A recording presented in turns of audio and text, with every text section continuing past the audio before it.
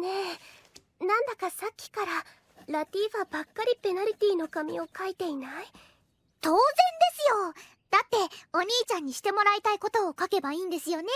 紙がいくらあっても足りません。してもらいたいことだとお題の方向性が違うんじゃ。でも行き着く先が結局は一緒なのが目に見えてわかるところがすごいわね。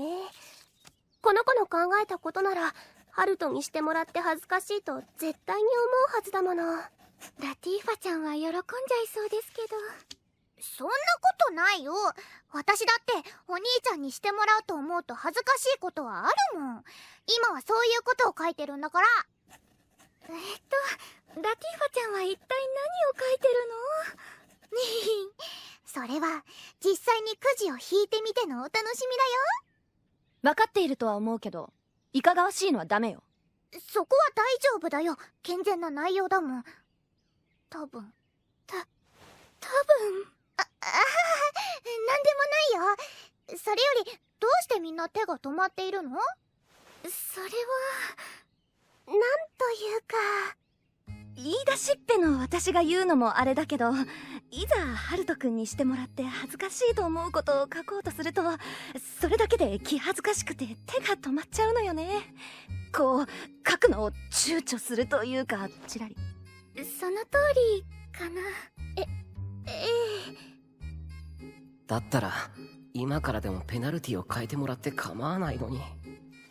リーゼロッテさんとアイシアお姉ちゃんもサツキお姉さんと同じ理由で手を止めているんですか？ええ、実際にハルト様が目の前にいらっしゃるとなおさらに意識してしまうと言いますか。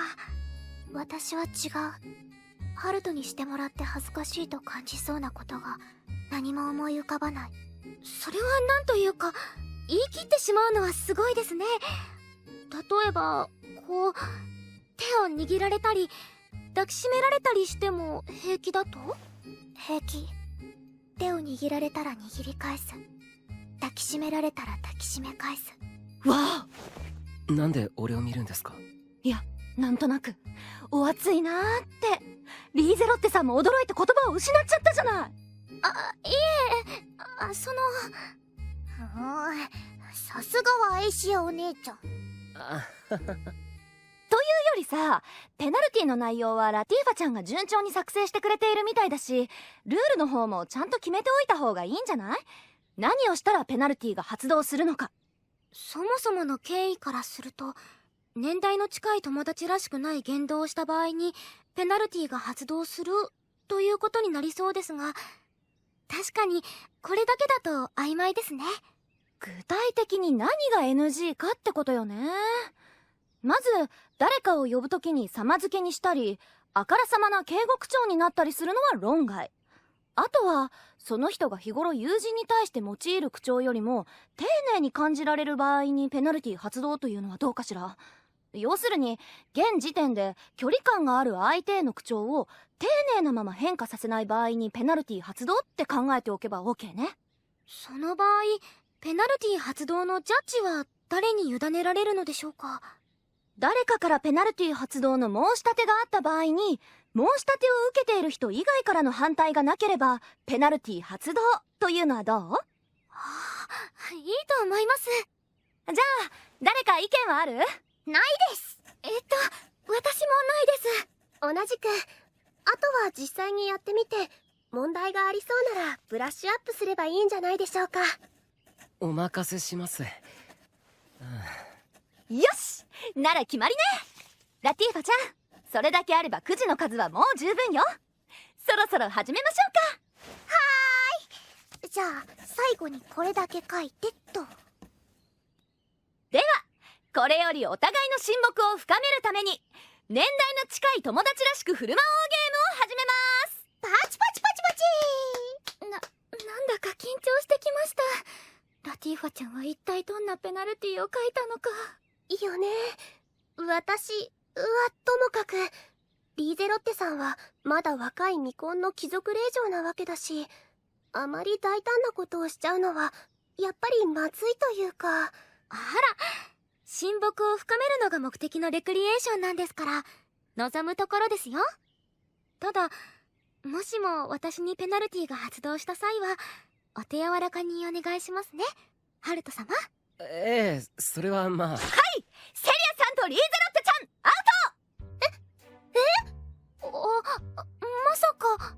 ト。もうゲームは始まっているんですよ。セリアさんはリーゼロッテちゃんのことをさん付けで、リーゼロッテちゃんはハルトくんのことをサマ付けで呼んだでしょう。やはりそういうことでしたか。待ってさつき様、私のことをさん付けで呼びましたけど、それは。